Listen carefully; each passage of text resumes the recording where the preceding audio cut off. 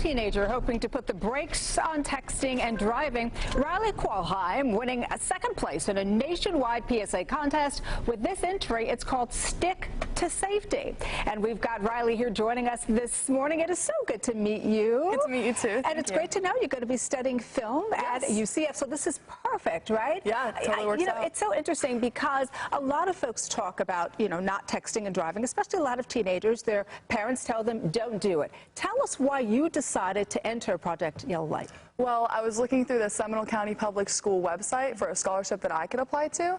And this one stuck out to me just because I'm really interested in videography and filmmaking. So I said this would be perfect. And it was something that was important. It wasn't just like a random thing. And it is important because I have a new teenage driver in my house, and I'm always talking to him about texting and driving. What was your inspiration for the video? Well, when I decided I'm going to do this scholarship, I actually went to my car and I sat in the front seat for a while and I kind of just looked around at my surroundings. After a while, I looked through the windshield and I said, that would be really cool if there was a visual representation of not being able to see, of being distracted by text messages. And so what you did was you put a whole lot of sticky notes, right, up on... Oh, that was awful. Why do you say that was awful? Oh, it took so long. Yeah. It took forever. Yeah. What were some of the things the sticky notes said? Well, I actually staged a conversation in my head as I was writing it. It was just like this girl was going shopping and she was coming out of the car. And actually a couple of them said, I'm getting in my car now, but like, haha, I'm going to keep texting. And another person's like, bro, don't do that. Yeah. What I think is interesting is, and you're a young woman, and certainly you drive, and you've got friends who drive. Be honest with me. How many of your friends actually do text and drive? I'm sure a couple of them do. If I'm in the car and I see it, I always make sure to say something and say like, hey, listen, that's unsafe, especially with other people in the car. Yeah. But not as many as you'd think, thankfully.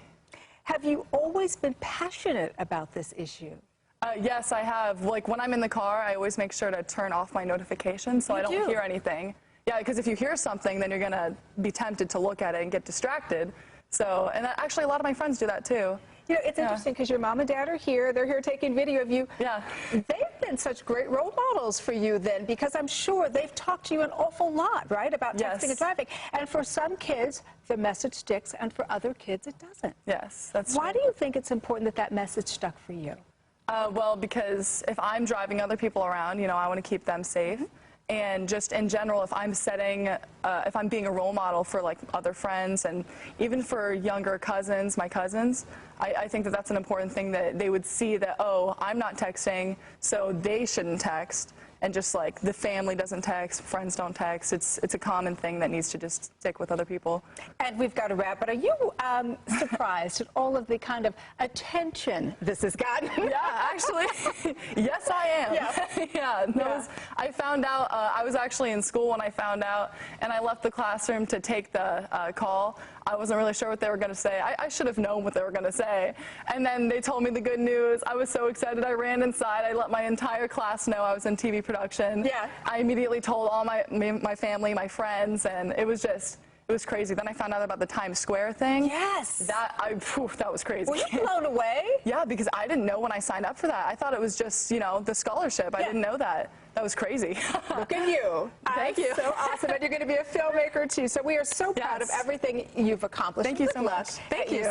Thank you. We wish you the very best. All right.